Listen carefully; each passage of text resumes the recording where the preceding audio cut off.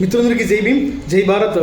ఈరోజు డెఫమేషన్లో ఉన్న ఒక కేసు గురించి మాట్లాడుకుందాం. అదే రాజస్థాన్ హైకోర్టు తీర్పిచ్చిన కేసులో ప్లెయింటిఫ్ వచ్చేసి కుమారి మంజులత, డిఫెండెంట్ వచ్చేసి డిపి చౌదరి. ఇక్కడ ఇది 1997లో జరిగిన కేసు. ఈ కేసు ఏంటంటే 17 ఏళ్ళ అమ్మాయి, కాలేజీలో చదువుతున్న అమ్మాయి ఒక అబ్బాయితో లేచిపోయిందని నవజ్యోతి ప్రింట్ మీడియా అనేది ప్రింట్ చేయడం జరిగింది.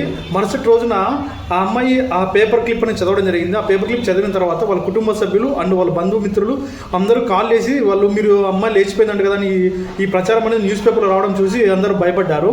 ఆ అమ్మాయి అనేది ఇంట్లో ఉండి కూడా ఆ అమ్మాయి వేరే అబ్బాయితో లేచిపోయిందని ఒక ప్రింట్ మీడియా న్యూస్ పేపర్లో ప్రింట్ రావడం జరిగింది. ఆ ప్రింట్ని ఎగనెస్ట్గా రాజస్థాన్ హైకోర్టులో ఒక పిటిషన్ దాఖలు చేయడం జరిగింది.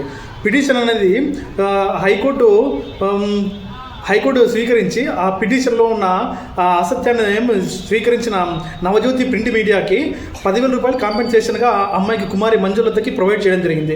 ఇక్కడ మనకు ప్రింట్ మీడియాలో తెలుసుకోవాల్సిన విషయాలు, సోషల్ మీడియాలో తెలుసుకోవాల్సిన విషయాలు ఏంటంటే, ఇక్కడ ఎవరైనా కానీ నిజాలను తెలియకోకుండా అసత్యాలను ప్రచారం చేసినా, అసత్యాలను ప్రింట్ చేసి న్యూస్ పేపర్లో పబ్లిష్ చేసినా వాళ్ళకనేది చట్టపరమైన శిక్షలు అనేది కంపల్సరీ ఉంటాయి.